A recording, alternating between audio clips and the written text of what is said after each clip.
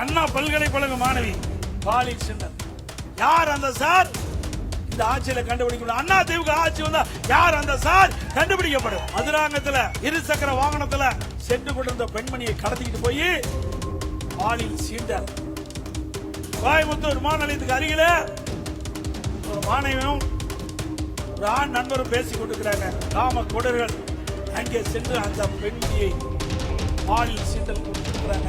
இப்படி பெண்களுக்கு பாதுகாப்பு இல்லாத ஒரு சூழலை இன்றைய தினம் தமிழகத்திலே திராவிட முன்னேற்ற கழகம் ஆட்சிக்கு வந்த பிறகு 6999 போசோ வழக்குகள் பதிவு செய்யப்பட்டு சொன்னால் இந்த ஆட்சியிலே சிறுமிகளுக்கு பாதுகாப்பு இருக்கிறதா என்று 6999 போக்சோ வழக்குகள் பதிவு செய்யப்பட்டு சொன்னால் சிறுமிகளுக்கு இந்த ஆட்சி என்ன பாதுகாப்பு கொடுத்தது என்பதை எண்ணிப்பார்.